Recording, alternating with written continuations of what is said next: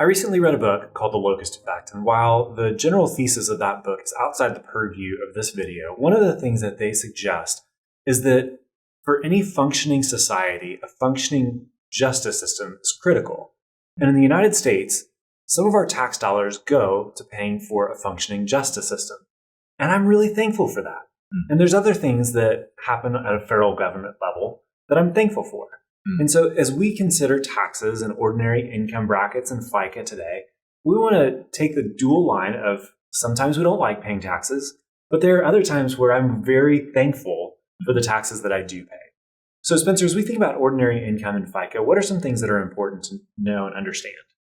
Yeah, so as we think about ordinary income taxes, this is chiefly the income that you earn. Now, there are other kinds of income that apply to ordinary income or get counted there. Interest income that you might receive from your bank or credit union on savings or money market accounts. It would also apply to short-term capital gains, and we'll get into another video that talks about capital gains overall.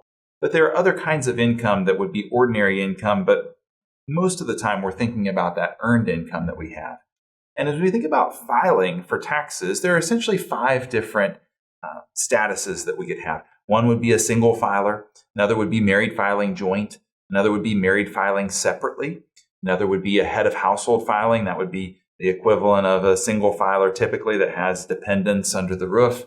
And then finally, a qualifying widow or widower who would be someone who has, again, a dependent who has had a spouse that's passed away within the last couple of years. So those are the 5 different statuses. Now, if we think about ordinary income and the actual brackets that we see, the other thing that we want to remember is that the tax brackets are progressive in that we have each of us paying at a lower tax level for those first few dollars and then paying an incrementally higher level as we get into those higher tax brackets. So even those who have over $1 million of income on an annual basis, they're going to have a certain amount that they're paying only a 10% tax on, and then another amount at 12%, and so on and so forth as they move upwards, ultimately landing on the last set of dollars at that 37% tax level. So let's walk through a couple of examples here to show you how that progressive tax system is laid out. So first, those tax brackets for single filers. You can see the 10% tax bracket on that first $11,000 of income. So if you made exactly, or you had exactly $11,000 of taxable income, you would pay $1,100 in tax on that. Now, of course, if we have a higher level of income, then we move into those next brackets. You can see, for instance, the 24% tax bracket there. If you were at the very top of that, you would have $182,100 of taxable income, and your tax for that 24% tax bracket would be $21,534 just in that $90,000 or so that's within that tax bracket. Now, the cumulative tax would be $37,164 if you're at the top of that 24% tax bracket. You can see that the cumulative tax there, your effective rate, so to speak, would be 20.4%. So you do pay some at 10%, 12%, and 22%, and that's why that effective rate is lower than the marginal rate of 24% that you're paying on the last few dollars there. Austin, I'll kick it over to you to take a look at the married filing joint brackets. Yeah, so again, if we look at the married filing joint, that first bracket, that 10%, you're only going to be charged 10% at anything below $22,000. Once you cross that $22,000 threshold, that's when you move into the 12%. So every dollar between $22,000 and $89,450 is going to be taxed at 12%, and on and on and on. So once you surpass that threshold, then you enter that new bracket. So just like Spencer was saying, if we were to enter that 24% bracket, you've exceeded $190,750 of total taxable income. If you fill that entire bracket from $190,000 to $364,200, the tax within that bracket at 24% that you're going to pay on those dollars within that bracket, that total would be $41,628 if you filled that entire 24% bracket. Now, obviously, if you hit only in the middle, that number is going to be less. But your cumulative rate, so everything that you're paying all the way up to that $364,200, is right about $74,208 for an effective rate of about 20.8%.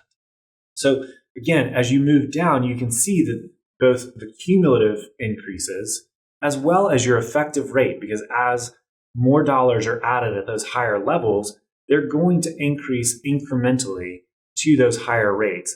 But even as you fill the 35% bracket, your effective rate is still only about 26.9, 27%. So let's dive into a couple of scenarios and show how this works. First, we'll look at a couple of single filer situations, and we'll have Lionel, who's a 55-year-old electrical engineer in this scenario. Lionel's taxable income is $250,000. So his marginal rate is 35% there. You can see that on the left-hand side towards the bottom. But he only has about $18,750 that he's taxed at that 35% level. All the other income that he has is taxed at a lower rate. So that last tax bracket, he does pay 35% on, and that only amounts to about $6,500 of tax that he has at that rate. So his effective tax rate is a little bit less than 24%. You can see it's 23.8%. His total tax obligation is $59,455 in this example on total taxable income of $250,000. Now, if we slide over and instead we look at a married filing joint couple with the same amount of income, what you'd find is that the brackets are expanded there because we have two people now. So let's say that Bob and Betty each make $125,000, or they make $250,000, one or the other, and the other is at home. That taxable income of $250,000 total spreads out across these brackets in such a way that the total tax obligation is less. It's only $46,800. And that's simply because you can see that 10% tax bracket goes from $0 to $22,000 rather than $0 to $11,000 in Lionel's case. So the 10% tax bracket is twice the size there. 12% tax bracket similarly, and 22% tax bracket. So that this couple is only getting into the 24% tax bracket at a little less than $60,000 of their income. So again, their total tax obligation of $46,800 in this example, their effective tax rate of 18.7%, and that marginal rate again of 24%. So if we kind of think about this, let's just say that we had a consulting firm go to Lionel and say, well, I'll pay you $10,000 if you'll do this piece of work. And that consulting firm went to Betty and said, okay, I'll do the same thing. If we came back and said, okay, Betty, if you take this $10,000 job, then you're going to be paying a federal tax rate of 24% on every dollar that you earn here. Whereas Lionel, as a single filer, he would be paying 35 cents on every dollar because he's at an effective tax rate. He's at a marginal tax rate, I should say, of 35% on that. All right. Well, thanks for walking us through those scenarios, Spencer. One thing to remind you guys, these are hypothetical situations. Right. They're not played out. They don't have your deductions. They don't have your specific credits and things like that. They're just to show you how a progressive tax system works for two filers that are single and married filing jointly, and how that a similar taxable income can affect them differently. Right. So, Spencer, one of the other ways that we are affected by our taxes is through our Social Security tax, or FICA tax. Mm-hmm. Do you want to explain that a little bit to us? Yeah, so FICA stands for the Federal Insurance Contributions Act. Essentially, this is the payroll tax that we have, and the government instituted Social Security in large part to be able to make sure that we have resources or income coming into our older citizens so they don't become indigent. So this was a law that was passed back in the mid-1930s. And as we look at that, there's two parts of this. One funds Social Security, one funds Medicare. And in general, employers pay half, employees pay half. Now, if you are self-employed, you have the joy of paying both sides of that. So I know that's something that you probably rejoiced over in the past because you've done it. But we think about Social Security. So there's a cap on the amount of income that you have to pay Social Security part on, and that is $160,000. Now, if you are married filing joint, that still applies to each individual there. So $160,000 of income, there you pay 6.2% of your income on that first $160,000. So if you make $260,000, that last $100,000 does not apply. You do not have that 6.2% that you're having to pay on. So you pay 6.2%, your employer pays 6.2%, again, up to $160,000. The Medicare piece is that you pay 1.45%. You do, your employer does, and you pay that on every dollar of earned income that you have. So you don't have that $160,000 cap, that goes all the way up. Now, we talk about this in other videos about the funding of Social Security, but it would not be surprising to us if that $160,000 cap goes up substantially to be able to fund Social Security more fully.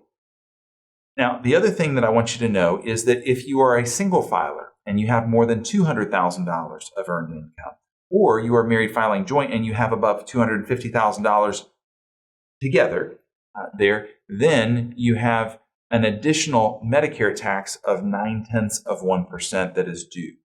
So that is, again, a way that's helping to fund to fund Medicare, to fund these obligations that the government has going forward. Spencer, thanks for walking us through FICA. Before we close out, what are some things that clients need to know? Well, I think we come back to this needs to be one of those pieces of a collaborative financial plan. So we have tax planning, and this is some of those building blocks of understanding how we're taxed and how we can look at trade-offs in tax planning. But we also need to incorporate investment planning. We need to incorporate financial projections, insurance, estate planning. All of these different pieces need to come together and be considered as we think about the trajectory that a client's on and how we can best plot that course. Great. Thanks for explaining that. And just a quick reminder, we are not CPAs. We are not your CPAs. We are no one's CPA. We are financial advisors. So take everything that we say with a grain of salt and take it to your CPA and see how it affects your specific situation. With that, we will talk to you guys soon. Thanks. This content was provided by Retirement Planning Services. We're in Knoxville, Tennessee, and you can visit our website at www.seriousretirement.com. The information in this recording is intended for general educational and informational purposes only and should not be construed as investment advisory, financial planning, legal, tax, or other professional advice based on your specific situation. Please consult with your professional advisor before taking any action based on its contents.